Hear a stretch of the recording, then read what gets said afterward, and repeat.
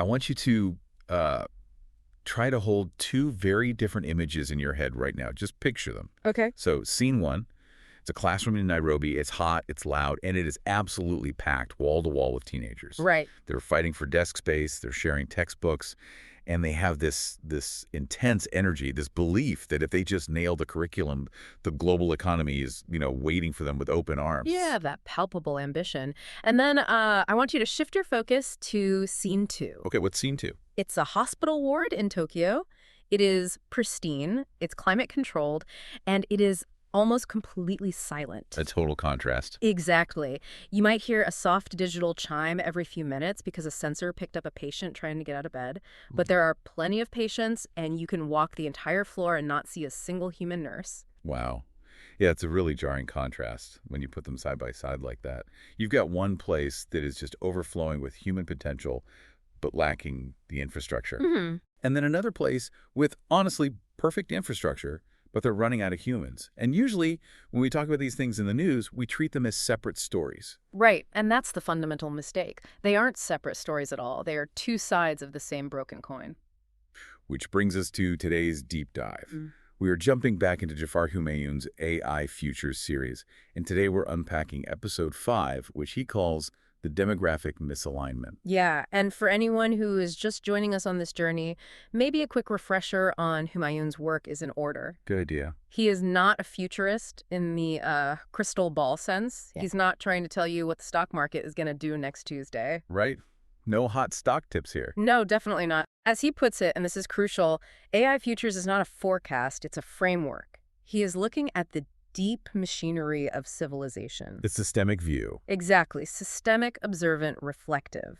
If you remember our last deep dive into the success paradox, we talked about that institutional lag. Oh yeah, the education trap. Right. How the education system basically spent decades optimizing humans to follow rules, only for us to realize that we had built the perfect training data for machines. We successfully trained an entire generation for a world that is rapidly being automated. We train them to be rule followers. And AI is the ultimate rule follower. So today we are zooming out. We're moving from the classroom to the entire planet. We are looking at what Humayoon calls the Great Demographic Dance. The Great Demographic Dance. I love that phrasing. But today, we're really looking at where the rhythm has broken, where the music stopped. Yeah. Because for about, 70 years, the global economy ran on a very specific rhythm. It was essentially a conveyor belt. It's a human machine? Exactly. You had the young nations, places with high populations and lower incomes, and they provided the labor and the growth. Right. And you had the older rich nations providing the capital and the consumption. It was this incredibly neat little loop. You educate a kid, they get a job, they earn money, they buy stuff, and eventually they retire. The demographic loop. Educate, employ, consume, retire. And the money circulates through that whole process. That steady flow of labor funded the social safety nets. It drove consumption. It basically built the modern middle class globally. It did. But Humayoon's central thesis in this chapter is that this conveyor belt has snapped. He introduces a concept here called structural decoupling. Structural decoupling, which is, I guess, a very polite academic way of saying that the link between having more people and having a stronger economy is severed. Completely severed. Because historically, population was destiny. If you had a massive young population like India in the 90s, China in the 80s, or even the US during the baby boom, that was your economic engine. Right, the demographic dividend. Exactly. Because you had cheap, abundant labor. The logic for a global corporation was totally straightforward. Why pay a worker in London 40,000 pounds when I can pay someone in Manila or Lagos 10,000 pounds to do the exact same back office work? Right. The capital naturally flowed to where the people were. It was an arbitrage game.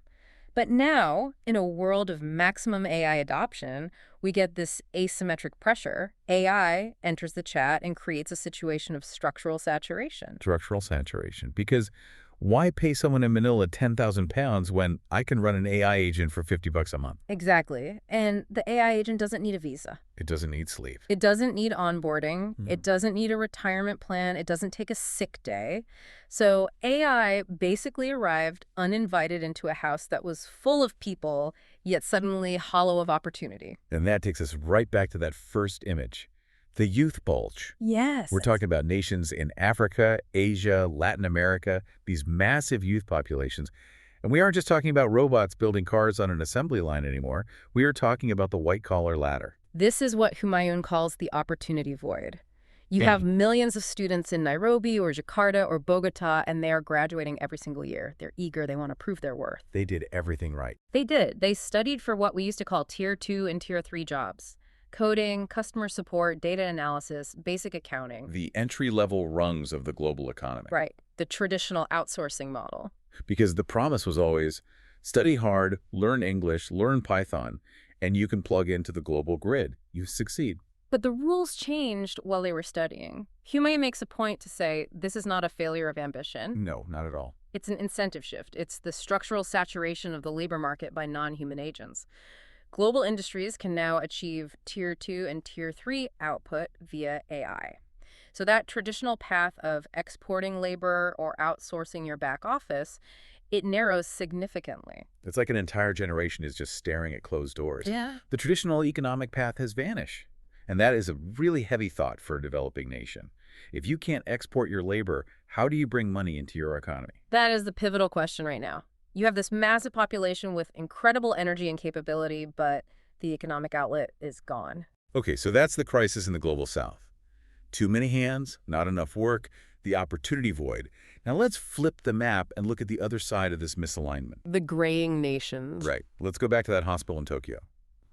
Or a nursing home in Berlin. Or a municipal pension fund in Chicago. Here, the situation is completely inverted. You have the elderly outnumbering the young. You have healthcare systems straining under the weight, and retirement funds trying to stretch further than ever before. Because they don't have enough young workers paying into the system to support the expanding elderly population. It's a massive fiscal strain. Yes, a shrinking tax base trying to hold up a massive societal roof. So governments in Europe, East Asia, North America, they are looking at AI very differently. They aren't seeing it as a job stealer. They are using it as a systemic splint. A systemic splint. I'm really struck by that phrase in the text, like a medical splint. Just something to hold the broken bones of society together. That's exactly it. It's a desperate attempt to let machines hold up the old world just a little bit longer. They're thinking, okay, we don't have enough bus drivers, deploy autonomous transit, we don't have enough nurses, install AI monitoring systems in the wards, not enough accountants, use algorithmic management for the pension books. And on paper, you can see why they do it. It solves the immediate efficiency problem. The buses run, the clinic stays open, the books get balanced. Operationally, it works. The lights stay on, but economically, it's a huge problem. And this is the mechanical limitation that Humayoon highlights. It's a brilliant insight. AI can optimize a system all day long, but it does not participate in the consumption loop. Oh, right. Because machines don't buy things. Machines do not consume. An AI monitoring system doesn't grab a coffee on the way to work. It doesn't buy a house. It doesn't vote. It doesn't empathize. And critically, it does not pay income taxes. Wow. Yeah, when you lay it out like that, it's so obvious. But we miss it. Our entire social safety net, everything from Medicare to infrastructure maintenance, it's entirely funded by taxing human labor and human consumption. Precisely. So look at the trap these graying nations are in. They are trying to run critical systems using automation to save money, but by doing that, they are removing the human backbone that taxpayers needed to sustain the revenue to pay for those systems in the first place. That is wild. It's a fiscal cliff. Humayoon describes it not as a bridge to the future, but as a cliff. You cannot sustain a consumer economy without consumers. Which brings us to the global paradox in the text. You have these two sides of the coin. Young nations have the energy but lack the economic outlets. Old nations have all the needs but lack the human infrastructure. Exactly. Now, traditionally, if you asked an economist how to fix this, they'd say migration. Just move the people. Move the nurse from Nairobi to the hospital in Tokyo. The old labor mobility argument. But Humayoon explains the failure of traditional fixes here. Migration isn't the simple fix it used to be. The issue isn't just a lack of bodies anymore. It's that the roles humans used to fill are evaporating. Because of the cost. Cost mechanics. It always comes back to the cold economic logic of the market. When the marginal cost of labor replacement drops below the cost of human maintenance, the market changes its mind. Okay, pause on that. Human maintenance. That's such a clinical, almost brutal phrase. It is. But it's how the market views it. Think about it. Humans are high-maintenance engines. We need food, we need shelter, we need healthcare, rest, dignity, entertainment, code. Code just needs server space and electricity. Right. So when the cost of the code drops below the cost of maintaining a human, the value of a human population is rewritten in the logic of the market. The market stops signaling, we need people. If that hospital in Tokyo already installed the automated system because it was cheaper than processing visas, a human nurse becomes a luxury, not a necessity. Which leads to this stark contrast the source material draws. The convergence of machines versus the divergence of humans. Yes. AI models are converging. They're becoming more unified, more efficient globally. An LLM in New York works essentially the same as an LLM in Singapore. But human societies are diverging. Exactly. We are facing deepening structural imbalances. Because AI solves problems, it doesn't solve pain. It optimizes logistics, but it is completely indifferent to the fact that millions of people feel invisible. It severs the tether between population and purpose. It does.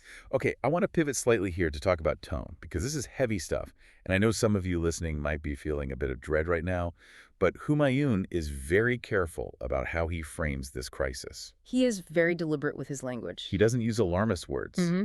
He explicitly avoids words like collapse or riot or disaster. Right. And we shouldn't either. He prefers terms like systemic unraveling or social erosion, misalignment, redundancy. Because it's not about outrage. He doesn't say anyone lied to the youth in Nairobi or that there's some grand betrayal. It's just structural decoupling. It's mechanical incompatibility. Yes, and that's an important distinction. The silent distortion is what he calls it. It won't necessarily look like a Hollywood explosion. Not everyone starves. Not everyone riots.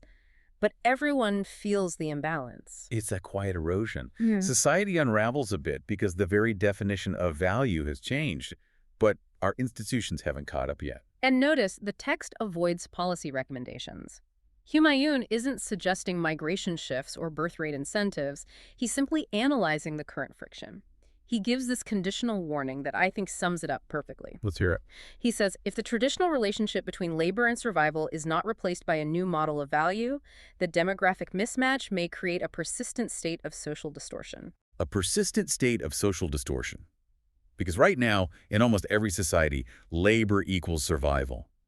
If the labor is done by machines, or if human labor is deemed mechanically inelastic or redundant compared to AI, that equation breaks down. Right. It leaves you with an incredibly provocative thought. We are walking into a future no one trained for. It's this deep misalignment between age, cognition, and the accelerating indifference of machines. It forces you to look at your own surroundings differently. Exactly. For everyone listening, think about your own country's demographic mix. Are you living in a youth bulge or a graying nation? Is AI being pushed as a boon to save your failing systems?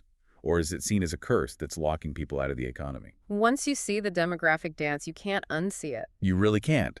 And I know the natural response for some skeptics is to say, well, we've been here before. The steam engine replaced jobs and we were fine. The internet changed things and we adapted. Ah, yes. The historical fallback argument. Right. But Humayoon argues that this time actually is different. Which brings us to our next deep dive. Next episode is titled Horse, Laundry, Earth Mover. We are going to look at past technological revolutions, from the steam engine all the way to the internet, to understand exactly why this transition leaves no fallback industry. No soft landing. And no do-overs. You are not going to want to miss that one. It's a crucial piece of the framework. So until next time, stay tuned, stay curious. Stay systemic.